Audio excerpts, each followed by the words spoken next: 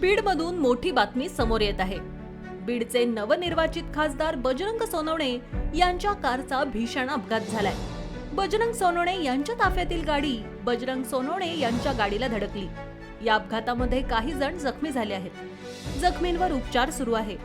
रात्री उशिरा बजरंग सोनवणे यांनी मराठा आरक्षण आंदोलक मनोज जरांगे पाटील यांची भेट घेतली.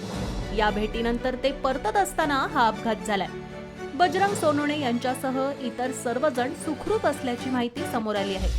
शरद पवार गटाचे उमेदवार बजरंग सोनवणे यांनी भाजप उमेदवार पंकजा मुंडे यांचा पराभव केला. त्यानंतर ते रात्री उशिरा मनोज जरांगे पाटील यांच्या भेटीसाठी रवाना झाले. जरांगे पाटील यांची भेट घेऊन परतत असताना जालना जिल्ह्यात धुळे सोलापूर महामार्गावर रात्री उशिरा हा अपघात झाला. बजरंग सोनवणे यांच्या ताफ्यातील गाडी बजरंग सोनवणे यांच्या गाडीला धडकली. या अपघातामध्ये काही जण जखमी झाले आहेत. जखमींवर उपचार सुरू आहे. बजरंग सोनवणे यांच्यासह इतर सर्वजण सुखरूप असल्याची माहिती समोर आली आहे.